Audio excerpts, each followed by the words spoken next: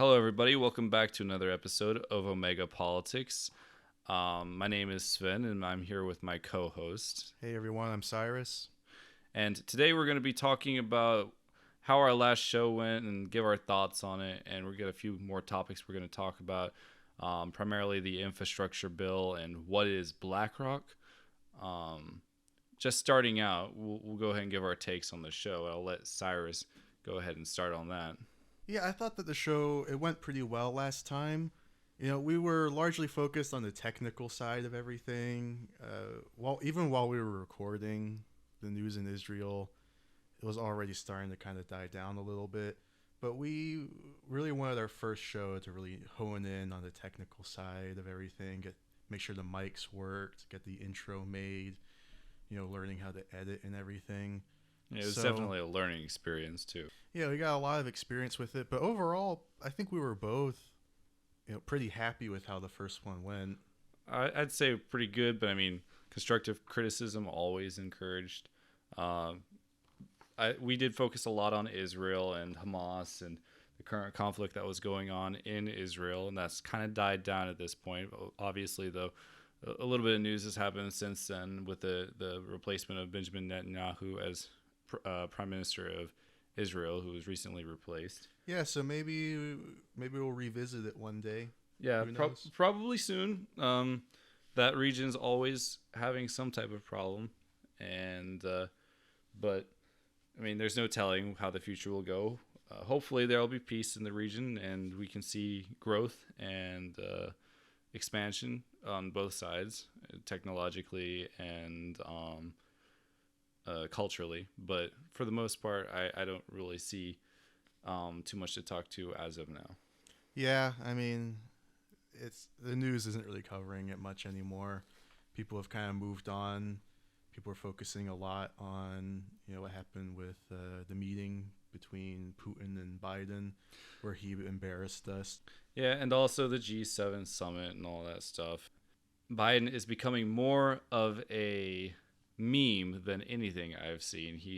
His constant gaffes and his failing cognitive ability to even speak normal sentences is mind-boggling. It's just hilarious sometimes to watch the stuff he mutters out. Yeah, I mean, I tell people all the time, people were kind of concerned, I guess, especially on the internet, that, without Trump here, where are we going to get all of our comedy from the White House from? And it's like, no, it's still there. We got a suitable replacement. Yeah, it's just a different kind. It's more of a dark, depressing kind of comedy. Maybe the old can't remember anything white guy. Yeah, I mean, that one neighbor you got down the street who's kind of creepy, but he's a nice guy, and he can't remember your name the next week, and he always calls you the new guy at the job you're working at, even though you've been working there for 5 years, type of thing. Man, I gotta tell you, there is a picture online I know it's fake, but it's still so funny, of Joe Biden looking at like children's books for dementia or something, and it looks so well done. Like, it really looks like somebody took a picture of him holding a children's book for dementia inside this bookstore. But it's fake, but it's still hilarious. But Yeah. It's hard to tell if anything's really real on the internet, especially photographs like that. But I do know that the recordings of him talking about children are legendary. Oh yeah, there is a constant video that keeps popping up my feed all the time of this guy talking about predatory behavior and grooming children, and they're playing alongside of it clips of Joe Biden touching children and like smelling them. It all matches with the audio so well. And everybody says that there's no proof to show that Joe Biden is a pedophile, and I'm not even going to go there. But I mean, weren't they saying that Trump was a pedophile at some point? They said Trump was everything in the past. I mean, come on. They tried to accuse him of everything. And I'm not even joking, everything. They tried to get a porn star scandal started with him. They tried to get all sorts of domestic things going on.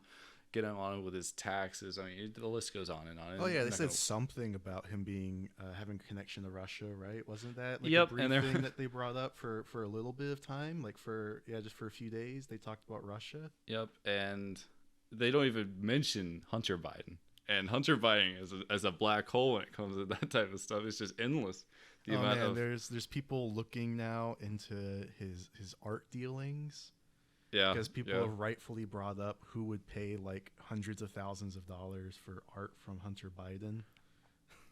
I'm not gonna make that connection, but I'll let you all. I'll let you all guess the connection I'm making. But it seems like that Hunter Biden, his book was perhaps one of the worst selling books in a long time. It definitely didn't make any records at all.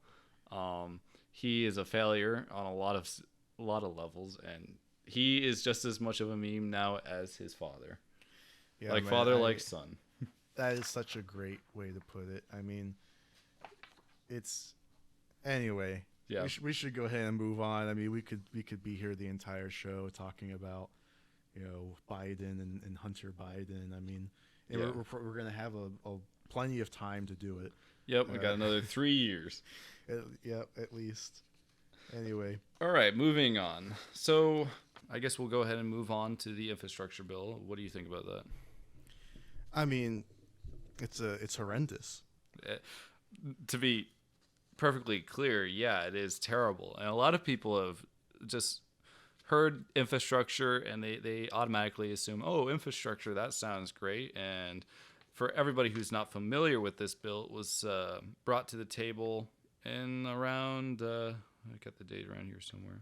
Well, let me go ahead and say, I mean, people when they say infrastructure, they typically think of roads and bridges. Yeah. Which is not what this bill is largely about. No. Yeah, the bill was introduced in January 6th, 2021. And just to summarize it, it was brought obviously with the United States House of Representatives, and the proposed infrastructure bill to rebuild America includes basic title explaining a massive spending bill that will supposedly create new jobs by rebuilding the United States infrastructure. And the summary writes, at a minimum, highway and bridge projects, public transportation projects, passenger and freight rail transportation projects, and port infrastructure investments. And that's H.R. 227 of the 117th Congress. Now, just to begin on this, it says at a minimum. And when you get into the bill, it's not a super long bill reading it on Congress's website. Yeah. Well, they try to dumb it down for people. That is true. But moving into it, there's taxation things that people should definitely be concerned about, and the amount of spending that's going into this bill is disproportionately large. It's just crazy to think that the government will be throwing away this money on what they think will bring new jobs, but I foresee hyperinflation at the least. And something else too.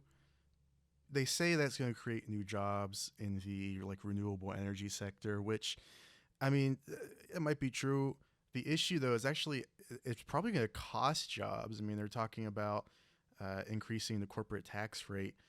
That is going to cost jobs. You look at where it used to be. I believe it was 32% under Obama. Something else around that time, and under Trump they lowered it to 21%. And look at how good the economy did when they lowered it to 21%. Nobody can possibly say that the Trump administration did a bad job with the economy. The economy was booming. And now they want to raise it to 28%. Yeah, it's absolutely nuts. To give you an idea about the grants that will be given for this project, no less than $5 million and no greater than $45 million. And that's just for basic grants. Different rules apply for rural areas, and the funding will be $9 billion for each fiscal year, available to the National Investment Trust Fund. And that's going to equal out to be a lot of money, especially when you're thinking about it's taxpayer dollars. And something that they snuck in there right off the bat that I noticed that was of great significance that people should really see is that everybody knows right now that gas prices is rising, and Absolutely. it's crazy to see something that was in like the Trump administration. Fuel was roughly just under $2 a gallon here in Florida. And I mean, those are rounded numbers. I mean, in certain areas it was different. But now we're looking at almost $3 a gallon in the state of Florida as of today. And today is June 22nd, I mean, 2021. wouldn't you say a lot of that might have to do with the pipeline? Yeah, the pipeline is a huge contender, but if this bill is passed, we're going to see skyrocketing fuel prices because Section 5 of the bill writes a proposed increase on taxation for certain fossil fuels such as gasoline and diesel. In some cases, the proposed bill will double the taxes on certain fuels. It's set to apply to fuels removed, entered, or sold after October 1st of 2021. And it will nearly double the taxation on fuel in the United States. And that just applies for everything almost. That is going to be unprecedented. Fuel prices like we've never seen before. It's going to become so bad that people are going to lose lots of money getting to work and just trying to survive. That, like I said before, inflation is going to rise through the roof because the dollar will end up being worth less because people are spending it more on raw material. I mean, I don't think it's any coincidence that they are essentially trying to build this renewable energy uh, sector, I guess. I mean, they're trying to create more jobs, and they are investing a lot in electric cars in this bill as well. Now you see that they are increasing taxation on fossil fuels such as gasoline and diesel. Yep. I mean, it's all connected. And let me just add something real quick. Like, since when does fossil fuels have anything to do with infrastructure other than building the roads? I mean, why would you tax more when you're spending taxpayer dollars on building the road? You're going to actually make them pay more for those roads because you're taxing them for the fuels that are going into those vehicles that are being used to build those roads. I'm telling you, man, it's because they want us to move towards electric vehicles. They want us to do it fast as well. I mean, that looks great for the Democratic Party. Is everybody's looking at renewable energy right now? They're saying, well, let's go ahead and invest in electric cars. Let's tax fossil fuels. And I mean, this bill also has a lot to do with higher education as well. That's another big topic for a Democratic Party. Yeah. Well, one thing that should be said is that when you see these bills, right, as like when you read the name of, say, infrastructure bill, you're automatically going to think, oh, it's for infrastructure. But if you read them, there are always these tiny little sections like Section 5 that have things that really don't seem like they belong there. And in essence, the bill may seem harmless, but may pass something that could potentially be very harmful for economic reasons or cultural reasons or foreign relation reasons. It's just, you got to really look at these things and make sure that you let your congressmen or women know and your senators know that you don't want them to vote for something like this because of something like that. The bills are basically nothing when they start in the House of Representatives. It needs to be approved, and then it needs to move on and get passed and voted on, committees, all sorts of stuff. And a lot of times a bill will not pass as it's initially written. Some type of congressman or House Representative would say, well, I like that, but I don't like this. If you change that, I will vote for it. And there are all sorts of compromises made when it comes to these bills.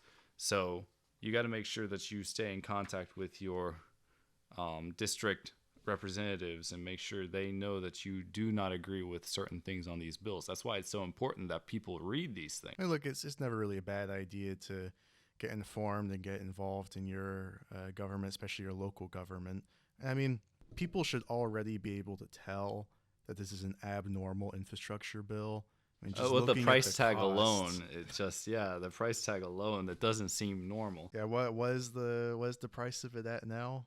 Um, yeah, the New York Times actually writes on their headline that Biden details $2 trillion plan to rebuild infrastructure and reshape the economy, and that's what he's wanting to do with this bill. I mean, the amount of spending that this president has already done is promising to do.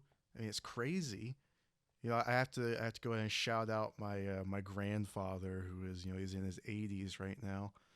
I mean, he's already said, not even like just halfway through his first year, he's the worst president that he has ever seen in his life as far as spending goes. I don't think we'll ever see somebody who spends this much. I don't know if it's really him doing the spending, and I don't want to go into any type of conspiracy theory stuff, but Well, I think if AOC gets in, we might see someone who spends more. yeah, that is true. Yeah, she definitely seems like the type of person who, with her Green New Deal, would spend.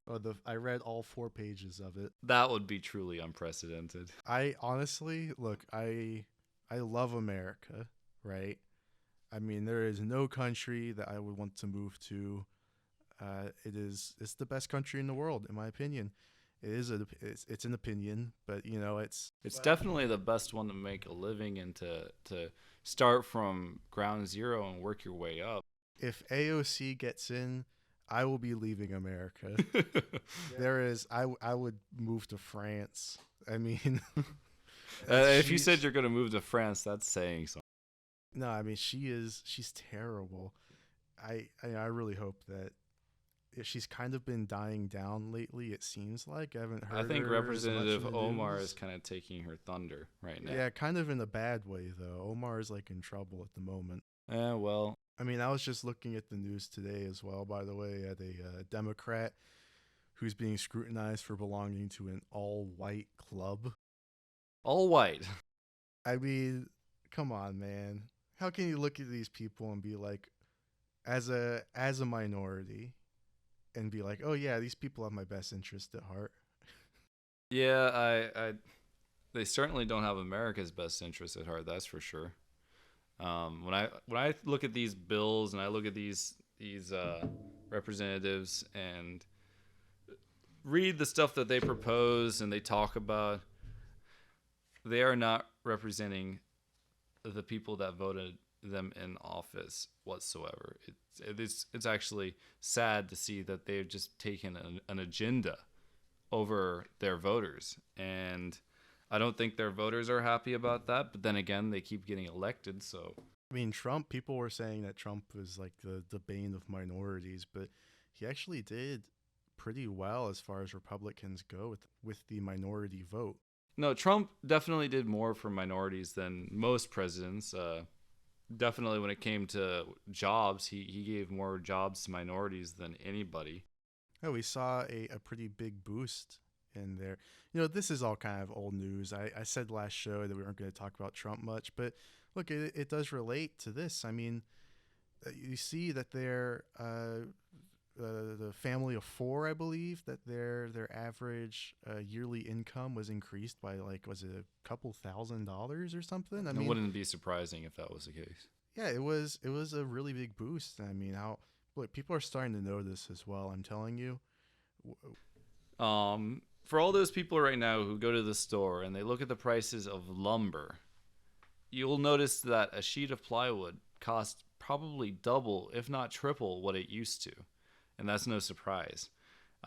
These economic changes that have happened under the Biden administration have shown increases in raw materials to it's absolutely nuts to see how much simple things like aluminum, steel, and wood cost now. Not to mention that the housing market is so blown up that you can't even find a home or land anywhere that's semi-reasonable in price, and it's just in Florida in particular, it's being bought up like crazy. That's why they're calling it right now the seller's market, and that's primarily because the cost of building a new home with the cost of these raw materials is to the point where almost no normal or sane person would spend that kind of money to build just an average structure of any kind. And that is going to have some very bad repercussions in the future economically. Especially, a lot of it has to do with COVID, but a lot of it also has to do with Biden's administration and the type of rules they've been putting in place for different manufacture and um, the allocation of spending to different areas, the restrictions they're putting on certain major corporations, like Cyrus said. And that's actually what we're going to talk about right now is actually real estate. And I'm going to let Cyrus start that. Yeah, man. I was just gearing up to bring it up. I mean, let me tell you, big part of what's going on with the market right now, housing market, is absolutely because of BlackRock, and not enough people are talking about it. I mean, I picked this up, a few weeks ago, and still, I was thinking this was going to blow up all over the news, but of course, it's kind of being suppressed at the moment. It seems like, but now BlackRock, it is as they define it, is an American multinational investment management corporation based in New York. The world's largest asset manager. They have over 8 trillion in assets. Look, when you go on their site, there are 3 sentences you will see immediately. It is, BlackRock's high performance culture is what enables us to stay ahead of clients' needs. It challenges us to be forward thinkers, problem solvers, and innovators. A high performance culture also requires diversity, empathy, equity, respect, and inclusion. What kind of sentence? That's a little weird. That is very strange. That's actually the first time I've heard that. As soon as you go on their site, you're going to be like, oh, it's this kind of corporation. Yeah, that kind. And I mean, on their site, they claim that they are committed to transitioning the planet into a net zero economy. Now, do you know what a net zero economy is? Go ahead and explain it. So it is an economy that focuses a lot on sort of clean, renewable energy and limiting the amount of greenhouse gases. All right. Yeah. Now, basically, anything a socialist would tell you is a good thing. Yeah, and I mean, you look at their mission statement, I guess, and first of all, it's changed a bit over the years. BlackRock is changed as a corporation, but their views have recently been aligning quite a bit with the Biden administration. And we tell you, there's a lot of connections between the BlackRock corporation and the Biden administration. And you look at the CEO's support of Biden at the moment. Now, this is from CNN, by the way. Not a source we're going to be using very often. No. But essentially, BlackRock, it has been financially supporting Democrats for years. The CEO, he's a big supporter of the corporate tax hikes proposed by the Biden administration, which you think is kind of weird, right? Yeah, and I personally, when businesses get involved in politics too much, you can always start to draw a conclusion that there's something wrong here, and usually there's some type of agenda involved. And I'm not pointing any fingers right now, but whenever you see a CEO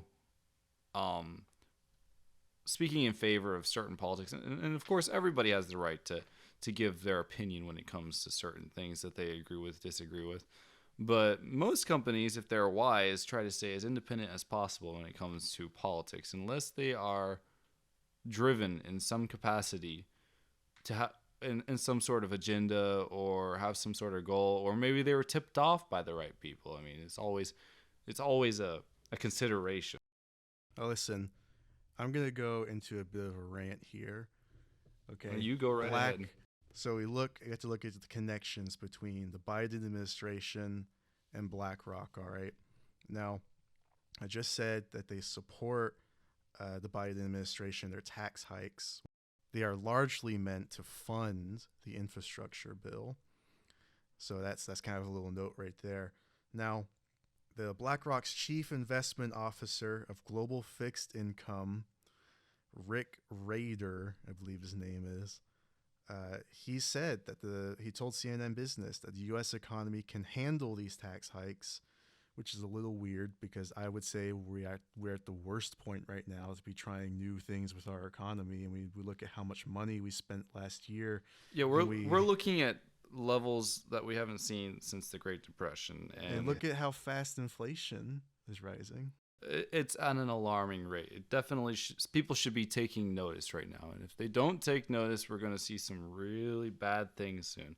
And God forbid it. I'm not predicting anything, and I don't want anything like this to happen. But it just historically looking at this, it's all too familiar.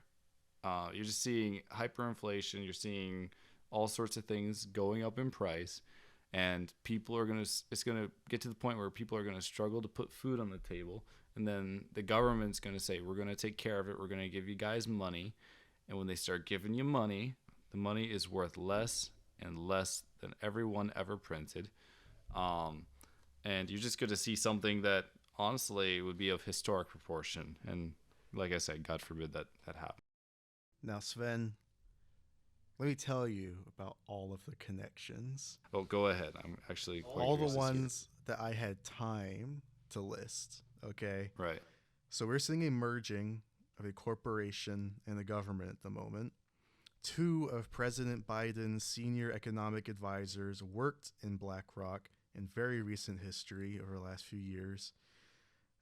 Brian Deese, who until December 18th led sustainable investing at BlackRock, was appointed by Biden to lead the White House National Economic Council.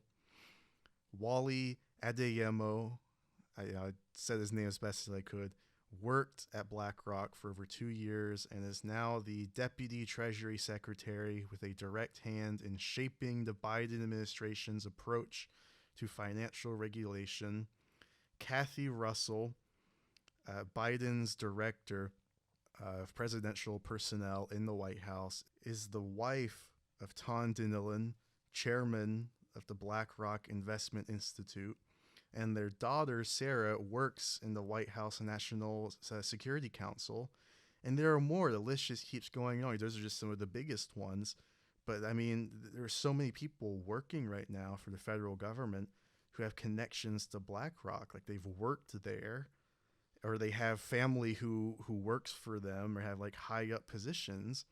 And unsurprisingly, by the way, there are many connections between BlackRock and the Obama administration, as well as BlackRock and China. That is absolutely stunning to hear. And personally, you oftentimes don't hear about stuff like this because a lot of times the people who tell the news tell you what they want you to hear.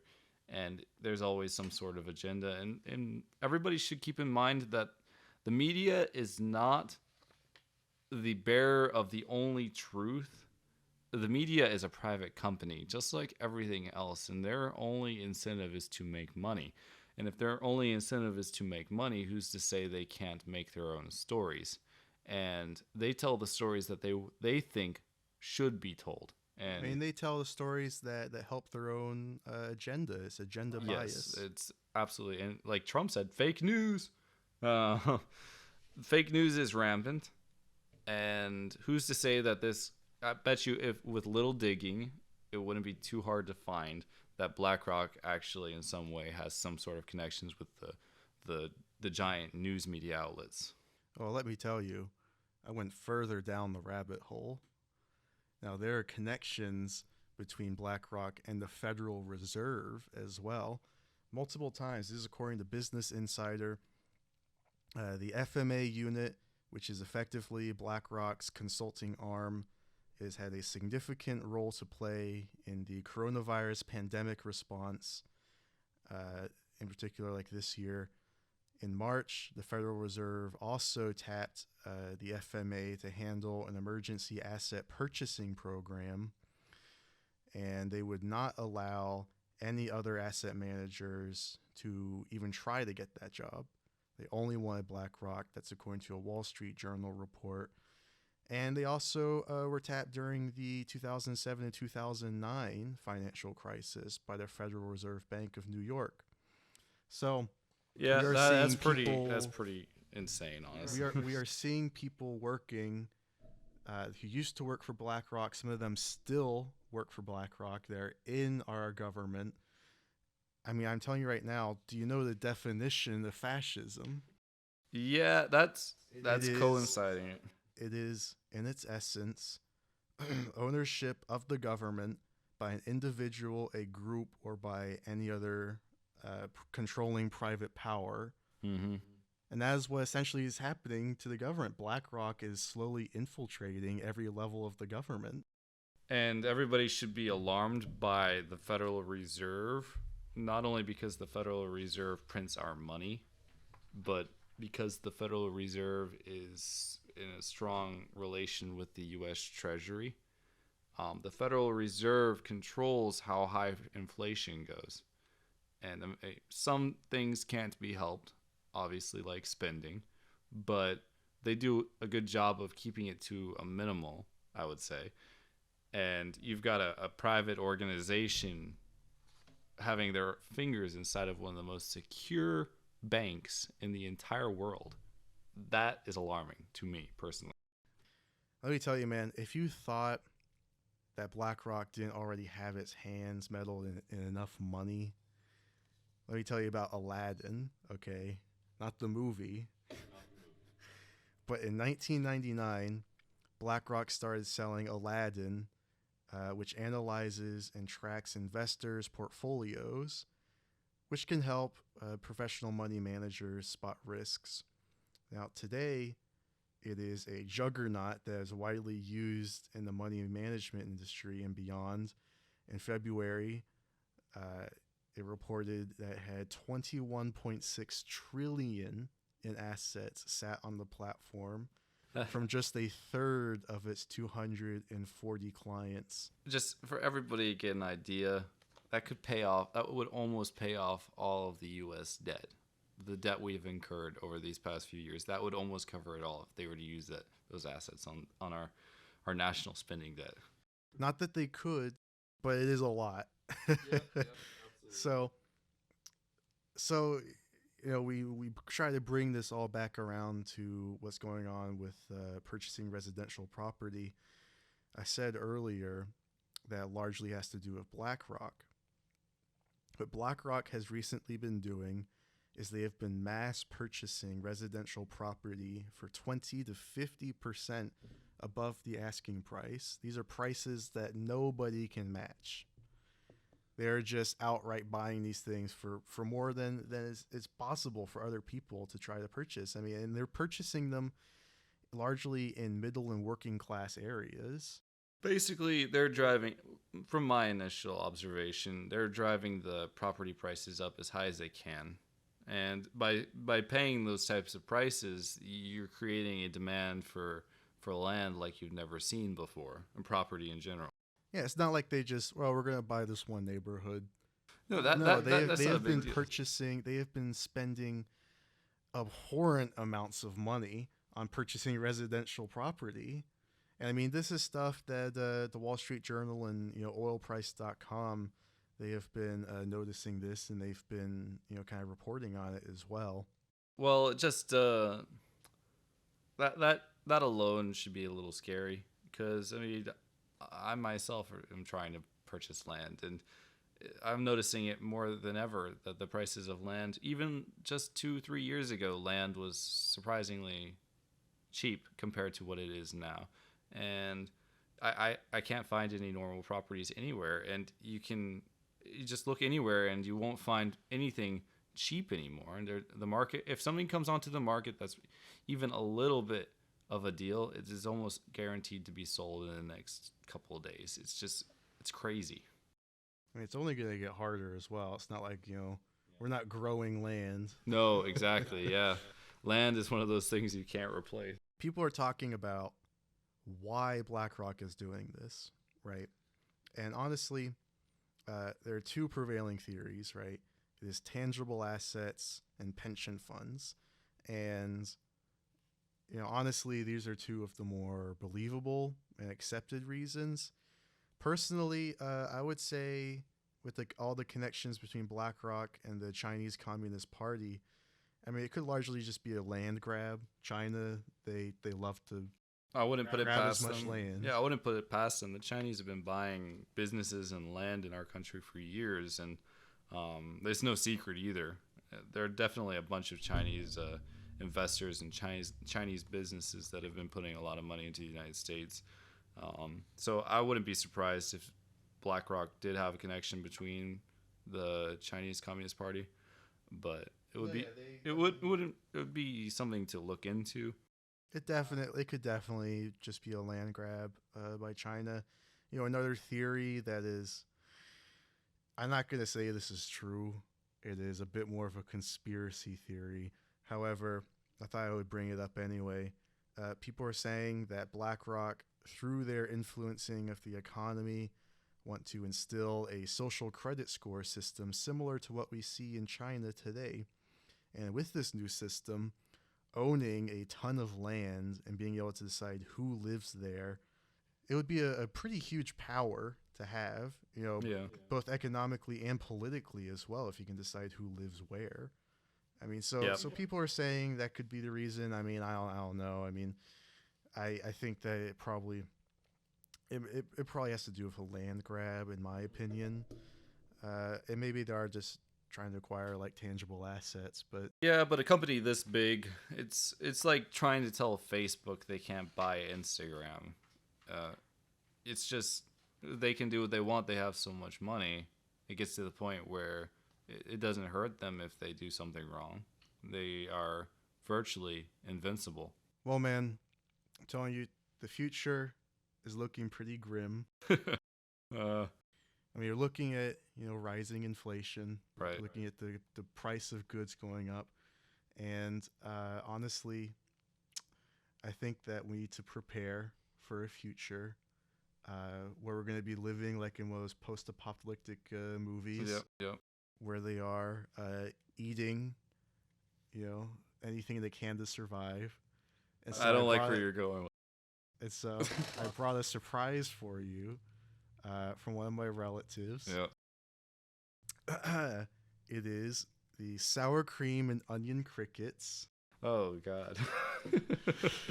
And I figure, what better time to try them than with my friend Sven Yep. Yep. on our podcast. Yep. And so I'll be honest, these things don't look great. No. They don't look terrible. All right, you guys. I'm doing this for the audience, so you better appreciate it. So we figured, just to kind of wind things down on the show, we would go ahead and try some of these really delicious looking crickets. Just I to mean, give you sour guys cream in the and- audience an idea. These things do not look delicious at all. They look like dried out bugs. I mean, that is pretty literally what they are. So They got some type of fancy salt on them or something. So we're gonna go ahead and eat one right now. I will say, it is my second favorite flavor of chip. It used to be my favorite. I mean, now my favorite is the jalapeno chips. I like But- sour. Was it sour cream and onion? Yeah, these are sour cream and onion, so you might like these. Yeah, I might maybe. Here, I'm gonna go ahead and hand them to. All right, let's see. You got yours? Now I'm not wussing out. I picked out like the largest one I could see, like a full one. I'm getting the one with the wings on it. It has like the abdomen and head and legs and everything. Hold on. Let me. Not even gonna lie. It smells like a I dog's think chew. mine doesn't have that much smell. No. All right. Well, let's go ahead. Can you give us some kind of like a Russian cheer? All right. How about just the standard James Bond "Na Zdarovia"? Yeah, let's do "Na that. Zdarovia." Let's do it.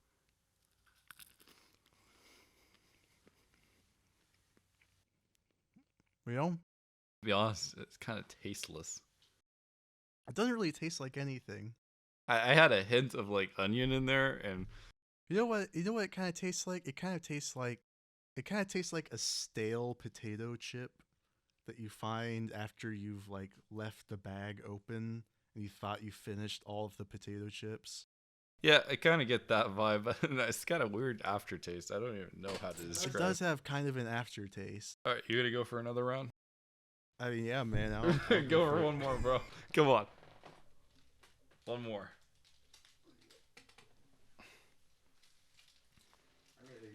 I got one that just guys give you guys an idea. It had wings. It had eyes.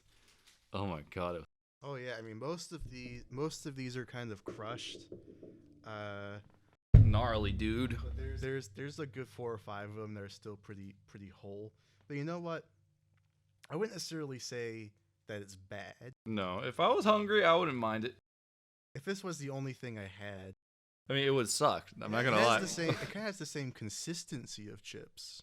Yeah, I'm not gonna lie, guys. It really sucks. But if you had to eat this, I'm sorry, but apparently you can eat cricket. Like any good properties to it. I mean, it's just like a tiny fried, tasteless little husk of an insect. Yeah, literally a husk. I mean, how there's could this nothing be there. good or really bad for you? You know. I don't know. Here it goes to the next round. That one was a bit crunchier. That one tasted worse. You know what? Mine kind of tasted worse as well. It gets worse every bite. Maybe, yeah. All right. I mean, it's like wine, and you just get attuned to it the more you drink.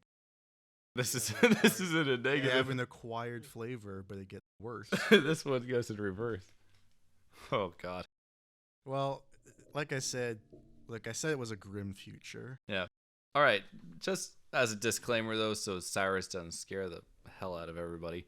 This show is not meant to be any type of fear mongering or scare tactics whatsoever. No conspiracy theories. We're just talking about contemporary politics and what we feel like is a topic that is appropriate for discussing in today's political climate. Look, guys, I mean, you know, people they seem to always get really terrified whenever their party loses. I mean, there's a really good chance that we're probably just going to have a terrible term or two, and then we'll probably have a recession at the least, I'd say. And then they'll probably bounce back, and we'll probably be fine again for a while, and then things will probably take a dark turn again in the future. We'll just make sure that that's just the course of history telling us. Yep. That's just what happens. Yep, if our country doesn't fall apart. I mean, I make jokes about our country, just collapsing under itself, and honestly, I don't think it's going to. I think that we're going to have a rough go at it, and we'll be fine in the long run. But I still think we should keep an eye on it. I don't think that the things this current administration is doing are good, to say the least. Yeah. I think that they're making some terrible decisions, and I think that they're only making it worse and worse as they go. But I mean, a great example. I mean, you look at Trump, right? When Trump won, everybody on the left was saying, "Oh my God, we're going to war. He's going to press the nuclear button." Oh yeah, that was everywhere. Yep. Trans people are going to be put in prison. Labor camps. Yeah, we're going to be closing the borders permanently, even for legal immigrants. I mean, people were saying all these things about him that it wasn't even close to being true. By the way, President Trump was our most peaceful president. Not a single war in history. Yeah, that was. People don't bring that up. Yeah, that's a silent victory or unspoken. I think that's very true for Joe Biden. I think that we're saying a lot of bad things about him, and some will probably come true, and most will probably not come true. But we'll see. Well, I mean, we're just being very critical. I hope you all enjoyed listening to this podcast, and if we said anything that offended you, well, I'm sorry, we don't care. Yeah, we really don't. I mean, listen. And if you'd like us to eat anything different in the next show, go ahead and put it down in the comments section. Make sure it's appropriate. If you guys enjoyed listening to this show, please leave a like, hit that subscribe button, and we'll try to get more videos out as we can, and we hope that you all would give us some constructive criticism on how we may improve this show. I have to go ahead and say it's probably going to be a few weeks before the next upload. We have some stuff coming up in personal lives, and you guys got to keep in mind we are college students and we are doing this as a hobby right now. So yeah, we're just doing this for fun, We're not able to get into a professional film studio and film every day or record every day. This is just kind of a learning process for us. So bear that in mind. Just two guys sitting in a room talking about politics. Yep.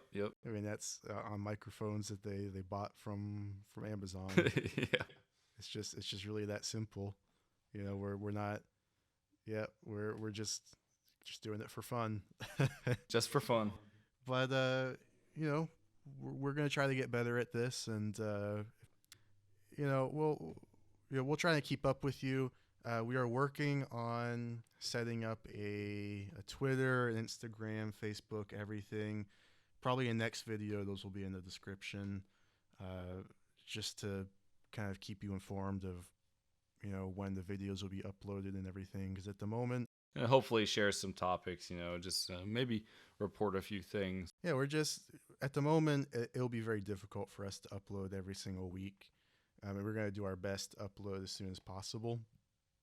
But why don't you go ahead and just leave a comment down below. Tell us maybe some ideas that you want us to talk about. Again, whichever ones that you comment, I mean, maybe we'll talk about it at the start of the next episode. Who knows? And that's really all I got to say. That wraps it up for this episode. And thank you all for watching. See you guys.